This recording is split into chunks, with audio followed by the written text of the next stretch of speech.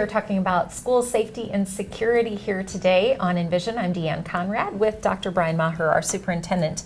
And I've heard you say in a number of settings that we should be pretty proud of the safety nets that we have set up around our buildings and just the knowledge base of people in terms of how to respond if a situation would ever happen. Yeah. What do you mean by that? Oh, that's a big question.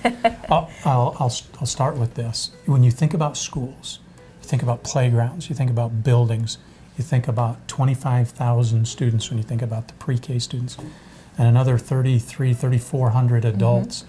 We're getting close. We're not quite there. We're getting close to 30,000 bodies in some very open spaces, and we're vulnerable. We're just very vulnerable as a school population. So you try to put every plan in place that you can have that's reasonable to make your schools safe. And when I say make your schools safe, I mean make our people safe. Mm-hmm. So I was surprised when I got here 2 years ago now. I'm in my third year to see all of the different levels that we have to communicate and to plan. I'll start with our leader in that area, Bob Bray. Bob is a retired 2-star Major General from the Army. Very impressive when it comes to planning, when it comes to thinking, when it comes to working with other entities. And he knows how to cross jurisdictions, right.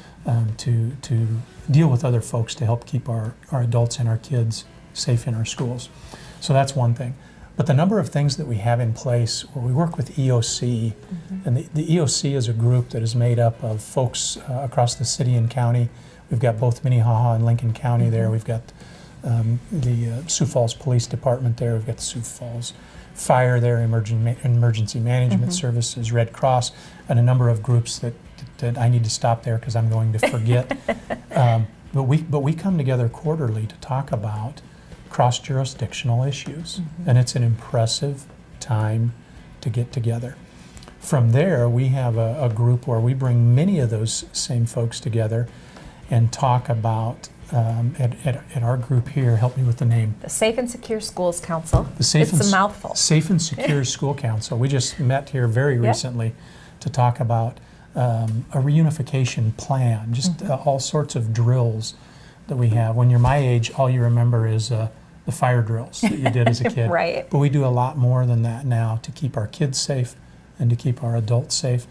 And I really think when I walk out of those meetings, I really think that if the average citizen saw and knew what we did to plan and prepare, they'd feel real good about the security in our school. That doesn't mean that we're still not vulnerable, so we can never rest on our laurels. Right.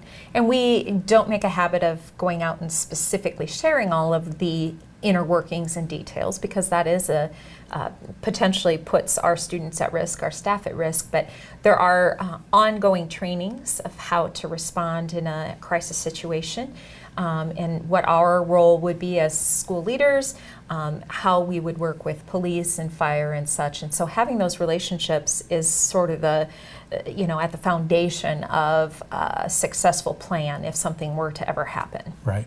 Two things. Number one, not so long ago we had an incident management team training session. You and I were both part of that. A number of other people from across the district were there. Bob Bray led us in a tabletop exercise of, here's the situation, here are some of the elements around it, how are you going to handle it? Go. And everybody's kind of scrambling, trying to figure out what would we really do, and we talked through that. The second piece there that I think is really important also is, I like to tell the community as much as I can about what we are doing. So I've talked to Bob about, wouldn't it be nice to tell our community this regarding safety and security? And his answer is no, because we don't want folks who may not have good intentions to know how we're going to handle crisis situations. Right. And that makes total sense. Yeah. I wish we could tell everybody. But what I can tell everybody is we do plan, we do prepare, and we do the best we can to make our schools safe. Yeah. And if you only knew, I think you'd feel pretty good. Right.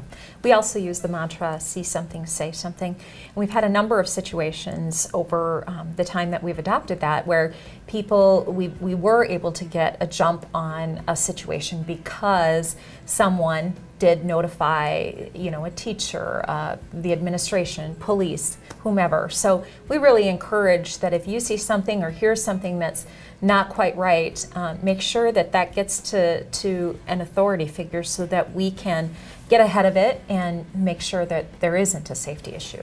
Happens all the time. That is, when I first heard that, I thought, that's a little Pollyanna, a little overly simplistic. Sure. It's our number one deterrent. Mm-hmm. It is the best thing we can utilize to help quell a problem. Mm-hmm. And it's used more than I would have ever thought. Mm-hmm. It's used maybe during the hallway when kids see something and they tell an adult. It's used in the middle of the night when maybe a student is going to harm themselves or others, and adults are informed and known. I could talk about a number of situations just over the last year where see something, say something has illuminated problems, if not saved lives. Right. So again, that importance of, even if it doesn't turn out to be something, if you have that gut instinct that something's not quite right here, make sure you tell the proper authorities, bubble it up to school administration, and we will put our team in action to try to get to the bottom of it. We do not mind people being wrong on things like that they suspect might happen. Right. So we invite you in that way to be a part of our team in making sure our schools continue to remain safe. Thanks for joining us today on Envision.